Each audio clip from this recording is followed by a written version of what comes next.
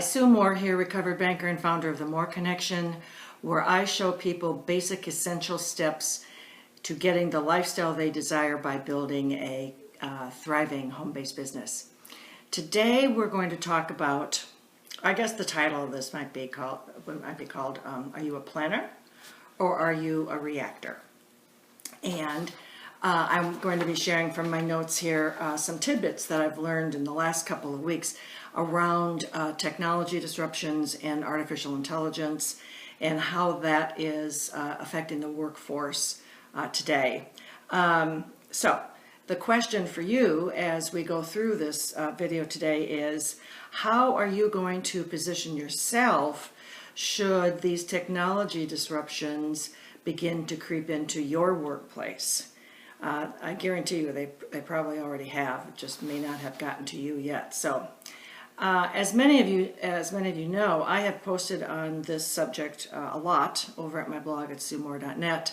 And I was primarily focusing on the banking sector because that's my background, and the financial services sector because that's also my background. But it really is not just indigenous to those industries. There is not an industry out there that is not going to be touched by this. And what's interesting is that many people think that all of this technology advancement and so forth will only hit the entry-level positions. And to that I have to say au contraire, because yes, it will hit there, there's no question about it, and the magnitude there will probably be greater than any other. But I posted an article, gosh, I don't know, maybe 3 or 4 months ago, on how it is these changes are affecting law firms, CPA firms, insurance companies, the world of medicine. I might have mentioned in that video that I had been in Pittsburgh early spring waiting for an elevator at a hospital, and I heard this noise and I turned and looked, and here it was a robot, coming down the hallway, and there was a gentleman behind it. And so I said to him, what's going on here? And he said, oh, this is our da-da-da-da robot that delivers files to all the doctor's offices. I thought, oh, right on. Okay. So all of that to say, artificial intelligence, technology disruptions are real. They're happening to every industry. The list gets lengthy. And so that's kind of the introduction. Okay. Now I want to just talk a little bit about, we read an article from the engineering sector, and it says in that, this is a report done by the International Federation of Robotics. It was their 2017 annual report.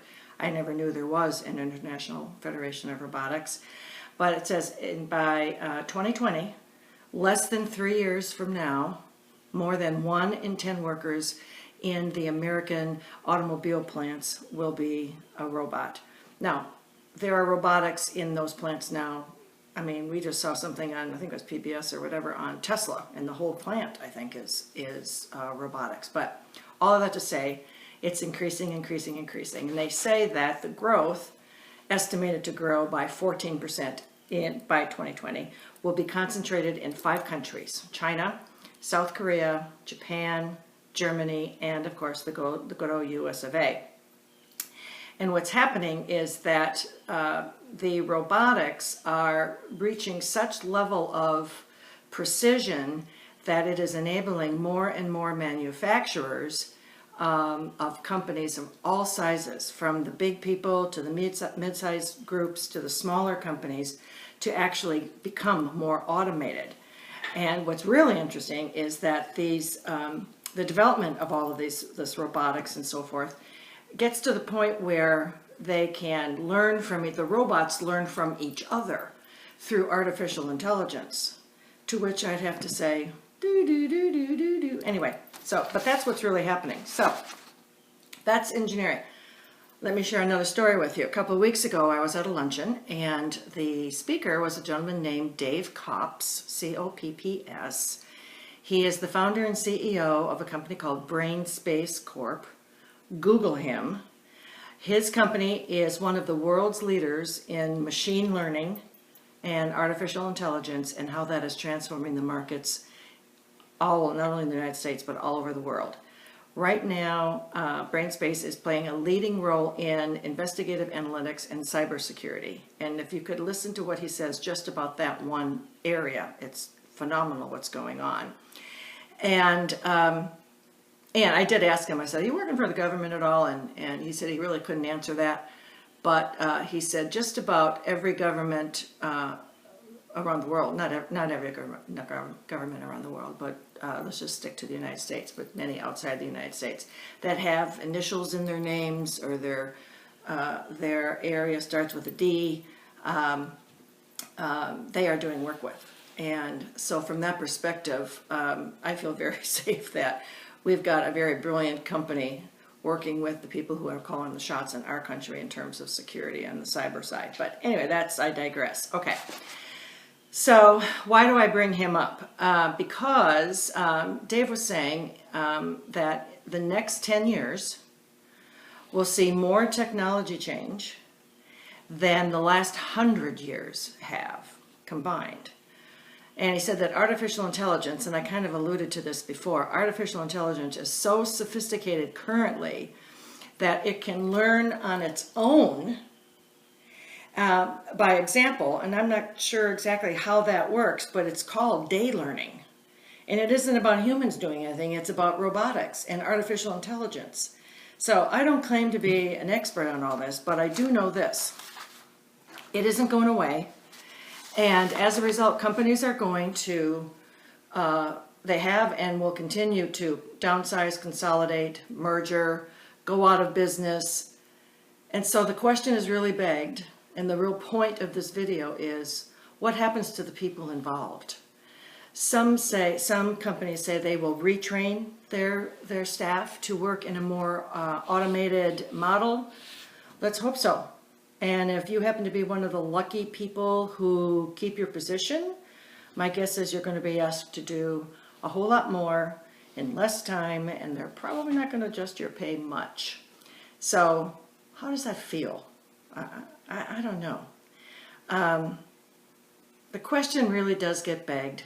What about you? What about your family? What about your lifestyle? What's the impact? And why won't you consider building something on the side in the hours that you choose, while you're still employed, while you're still getting a paycheck, while you still have your benefits, and so that you've got something in the event something does happen to you. It will affect everybody in some way, shape, or form. And so I'm always curious about why we would want to continue building companies when we know that companies are going to be downsizing, merging, and blah, blah, blah. Now, I'm not bashing that, don't get me wrong. I'm just saying, let's not have our head in the sand like an ostrich. Let's do something for ourselves on the side so that we can create something for our families.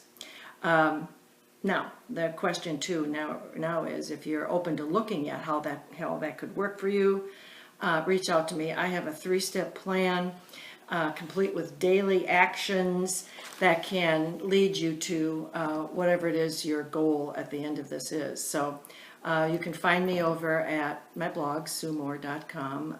You can email me at smore71@att.net, and I hope you did get some value out of that. If you did, let me know what your thoughts are about technology and what has happened where you work, because I'd love to have that knowledge to continue to share with others. So that's it for today. Like I said, I hope you got some value. We'll see you on the next video. Thanks so much.